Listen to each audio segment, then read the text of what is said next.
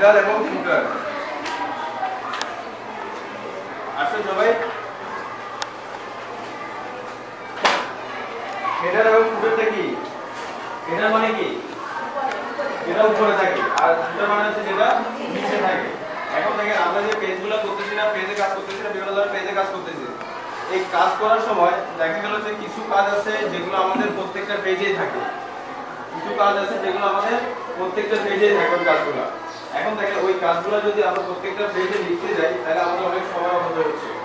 আমরা ওই সময়টা সেভ করবো হচ্ছে কিসের মাধ্যমে? হেডার ও ফুটারের মাধ্যমে।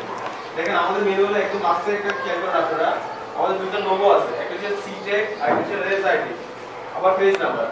দেখেন মেনুর নিচে আছে, কিন্তু পেজের নিচে দিয়ে আছে, দেখা যাচ্ছে? এটা হচ্ছে কিসের কাজ জানেন? এটা হচ্ছে ফুটারের কাজ। এটা হচ্ছে ফুটারের কাজ। ফুটার মানে হচ্ছে এই যে অংশগুলো আছে এটা ফিক্সড ভাবে প্রত্যেকটা পেজে অটো চলে আসে। এটা প্রত্যেকটা পেজে কি অটো চলে। দেখেন এখানে আমাদের এখানে খেয়াল করেন মেনুতে একটু বোর্ডে দিয়ে খেয়াল করেন, এইটা হচ্ছে আমাদের ফুটার। এই পুরোটা লেখা আছে কি আমাদের ফুটার। এটা আমরা একবার লিখে দিছি, একটা পেজে লিখে দিছি। এটা যতগুলো পেজ হবে আমার, যতগুলো পেজ হবে প্রত্যেকটা পেজে কি এটা অটোমেটিক ভাবে চলে আসবে। এটা আবার নতুন করে আমার লিখতে হবে না। সেম ভাবে একটু করে দেন।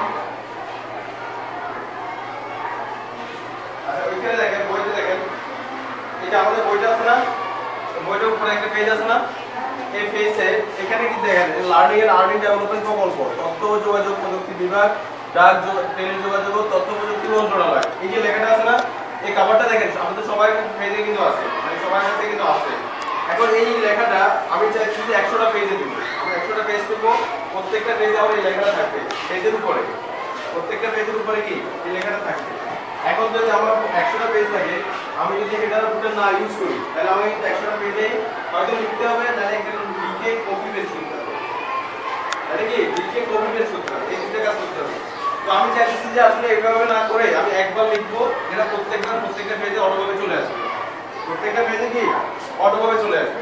এই যে অটোভাবে আসবে সেটা কিসের মাধ্যমে আসবে? হেডারের সাহায্যে।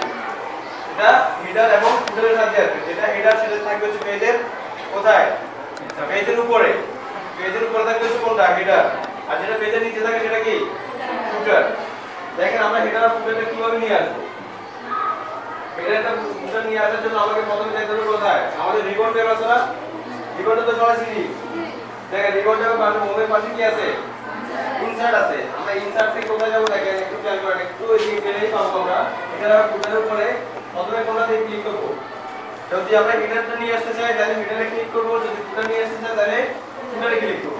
তাহলে আমরা যেহেতু প্রথমে হেডার নরমালি উপরটাই আগে আছে, কিন্তু আমরা হেডারে ক্লিক করলাম। দেখেন ক্লিক করার সাথে সাথে আমাকে নিচে কতগুলো অপশন দেখাচ্ছে, দেখছেন?